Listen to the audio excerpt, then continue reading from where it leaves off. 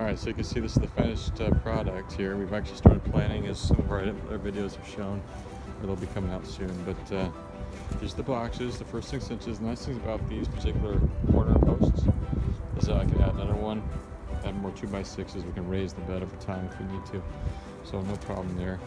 This one actually only has 2 on this side, so it worked out fine. You can see we transplanted those cabbages, and they actually managed to freeze. But we've got some kale planted here. We talked about that.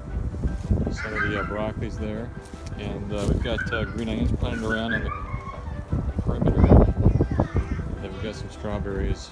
There's some strawberry plant plants we talked about. Some of the roots are in there, and then the asparagus is right up here. About 3 roots there. And then we've also got some onions around the corners there too. And then finally, a couple strawberries over here on the side. Just kind of waiting to determine where we're going to plant the rest of the section. It's probably the herb garden. We might spread the herbs amongst the garden. We'll see. Anyway, these are the beds. I think it was worth it trying to level them, because I think it'll be a lot better, and hopefully they'll hold the water better as a little leveler.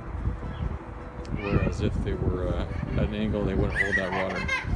Here's the blackberries. You can see we planted some blackberries there, and we'll see how they do too. So anyway, this is kind of the result of our initial calculations from the sun.